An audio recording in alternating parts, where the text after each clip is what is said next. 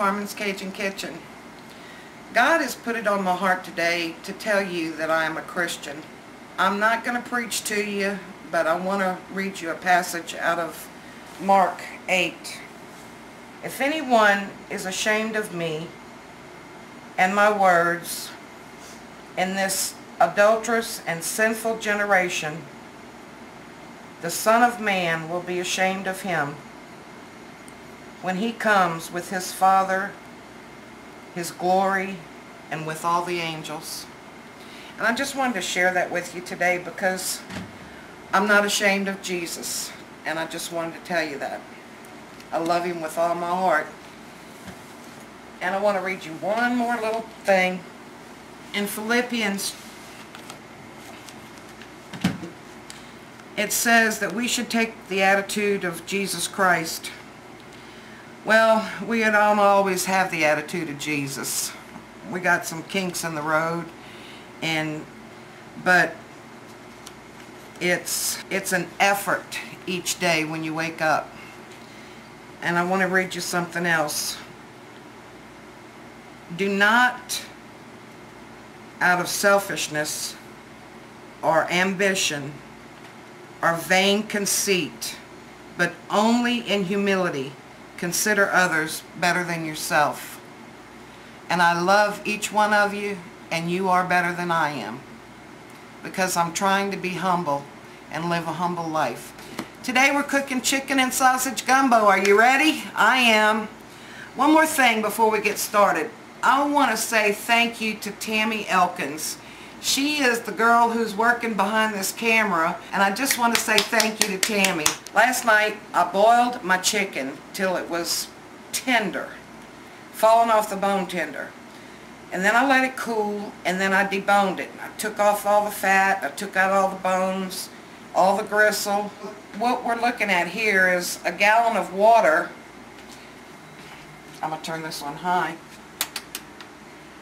With the chicken broth. I didn't remove any fat before I started boiling it. So you just leave all the fat on it, and that gives you your good broth.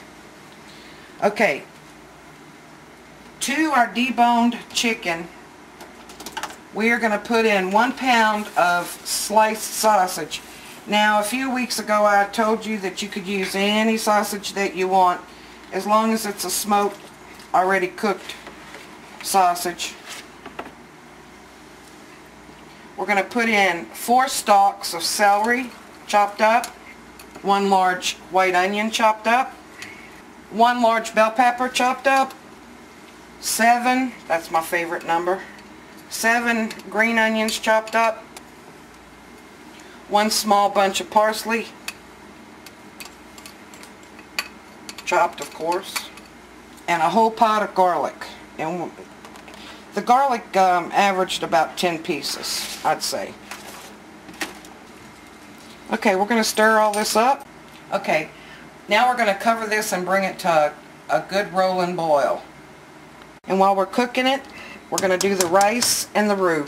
Okay, we're going to do the rice. I don't ever measure the rice. It doesn't make any difference how much you're cooking. But I'm cooking for several people right now, so I got about a half a pot of rice, long grain, and the process is to wash it. Remember when I showed you a couple of weeks ago to wash the rice till the water runs clear? That removes all the starch from the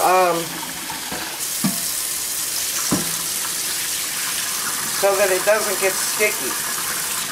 That might be some of the problem when people are cooking rice. It gets real mushy and sticky. That's because you don't wash the starch off of it. My mama taught me this a long time ago. I don't know if I told you the story, but Mama said that when I was 6 years old, her and Daddy smelled something cooking in the kitchen. And I had pushed a chair up to the stove, and I was cooking breakfast, eggs and bacon and grits and everything. I had it all going. And she screamed at me. She said, "What are you doing? You don't know how to cook." I said, "Yes, I do." So she let me finish. I guess I've been cooking ever since.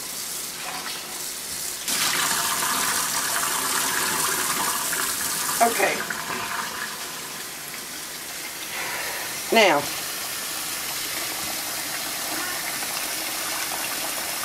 you can put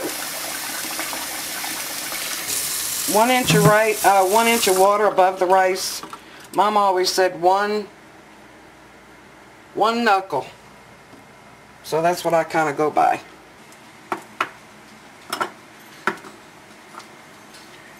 A little bit of salt.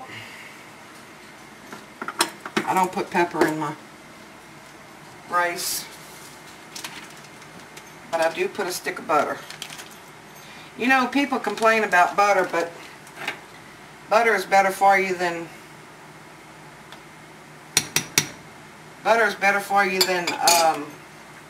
margarine anyway. Okay, we're going to turn this on high, and we're going to bring this to a boil.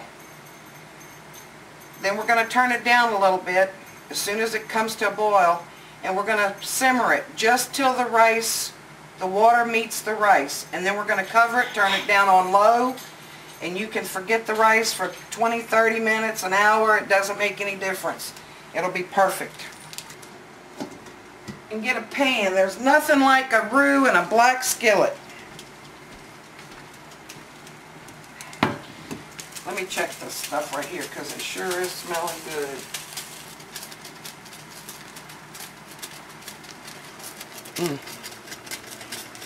I hate to talk about how good food smells, but it sure smells good. Now we're going to turn this down and cook it till the vegetables get real tender. Now we're going to put the cover back on it. Okay, back to the roux. I am going to use a 1/2 cup of oil. I'm going to wait till it gets a little warm. Now the oil is very warm, so we're going to add our flour, 1 cup of flour, and we're going to turn this down. And you can never stop stirring this roux. Never. You can't stop it for 1 second. Otherwise it'll burn. The secret of a good roux is not to burn it. If you burn it, dump out your pan, throw it in the garbage, start over. It's just a cup of oil, a 1/2 cup of oil and a cup of flour.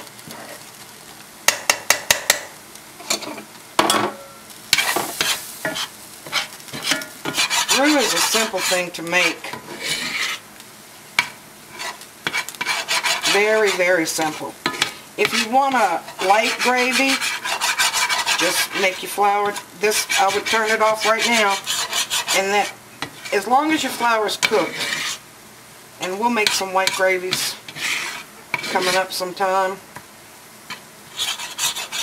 Keep the bottom scraped really good. This is one of the hottest things next to sugar, boiling sugar, that you could ever fool with, so just be very, very careful. It is so hot. I can't imagine what the temperature is on this thing. I've got a little tool here that's really nifty.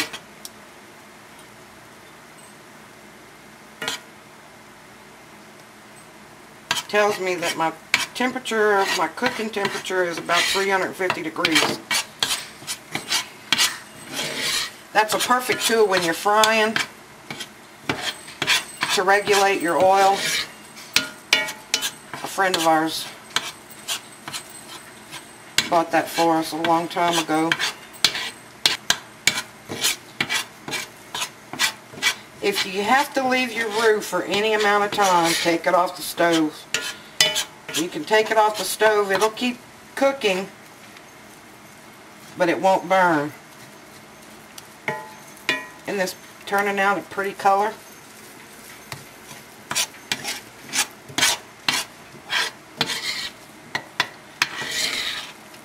Another misconception about roux is that it doesn't have to be black. You know, people burn their roux sometimes and they think that that's a perfect color, but it's not.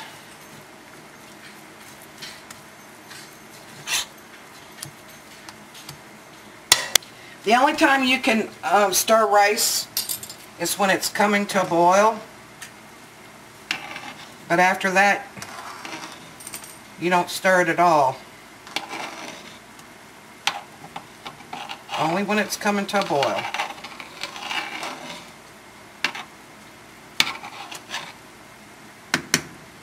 Okay, we're going to turn this down now.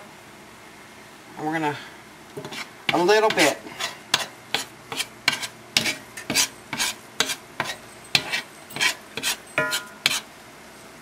We're going to turn this off because our roux keeps cooking.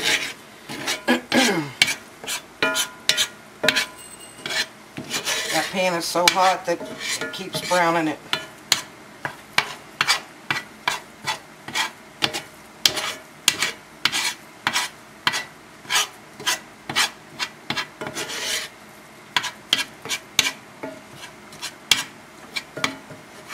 Now I'm fixing to do something that you might not want to do at home. You can set your roux aside, let it cool off, or you can dump it in the hot water. Okay, so you want to make sure that your water is to the highest boil.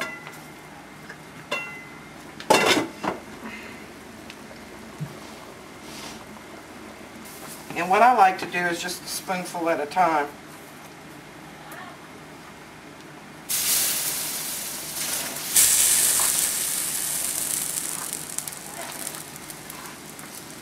That way I'm kind of sure that I don't get burned.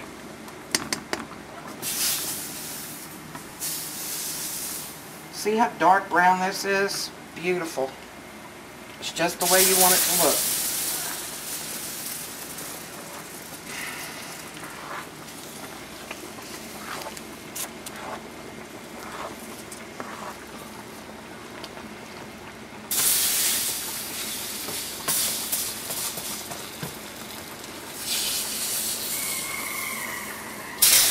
That's my little parrot. He's singing to you.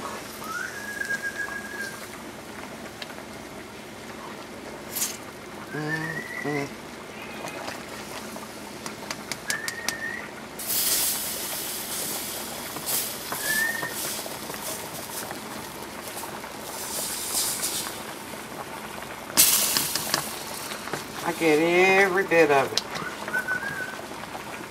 Waste not, want not.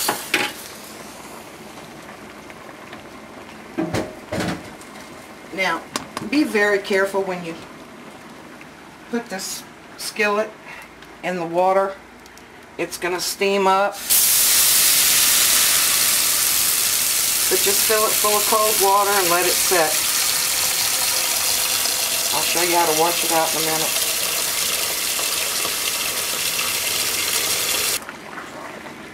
Alright, we can turn this back down to simmer.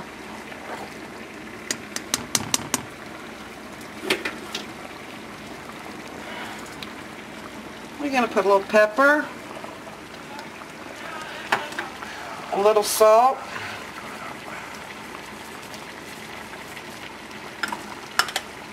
and about a teaspoon of sage. Let's make it a half a teaspoon. Alright.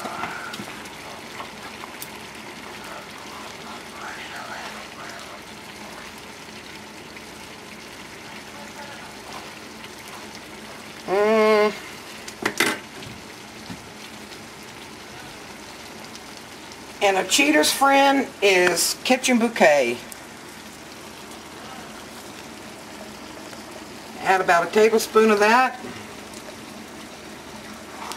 And your gumbo's almost finished. Alright, look at our rice. Okay, it's time to cover. It's even with the water. It's time to cover. Leave a little hole in it, a little crack, and turn it down to the lowest setting that is. This rice will be done in about 20 minutes. So if you leave it for 30, it doesn't make any difference. If you leave it for 40, it doesn't make any difference. It'll be done in about 20-25 minutes.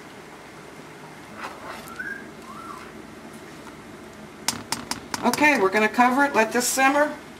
And we got chicken and sausage gumbo. Okay, we're going to clean our skillet with cold water. I never put any soap on my pot, my pan, my black skillets.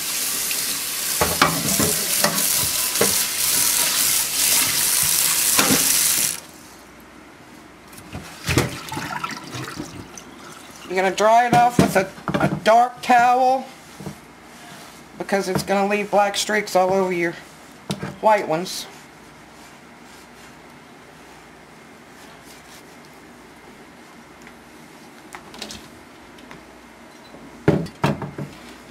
Spray it with a little butter spray, your favorite kind. I'm going to wipe it around, leave it good and oily, and we're going to put it back on the rack. That's the way you clean a black skillet. We're just stirring it while it's simmering a little bit.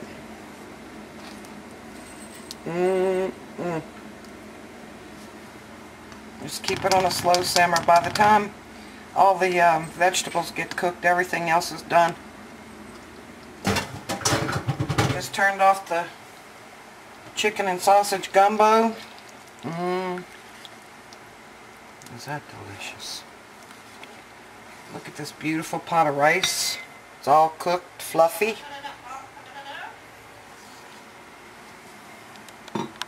And that's our lesson for the day. We would just want to thank everybody for watching. God bless each and every one of you.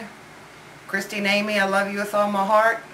Caleb, Aiden, and Lauren, this is for you. Mama loves you. Bye-bye.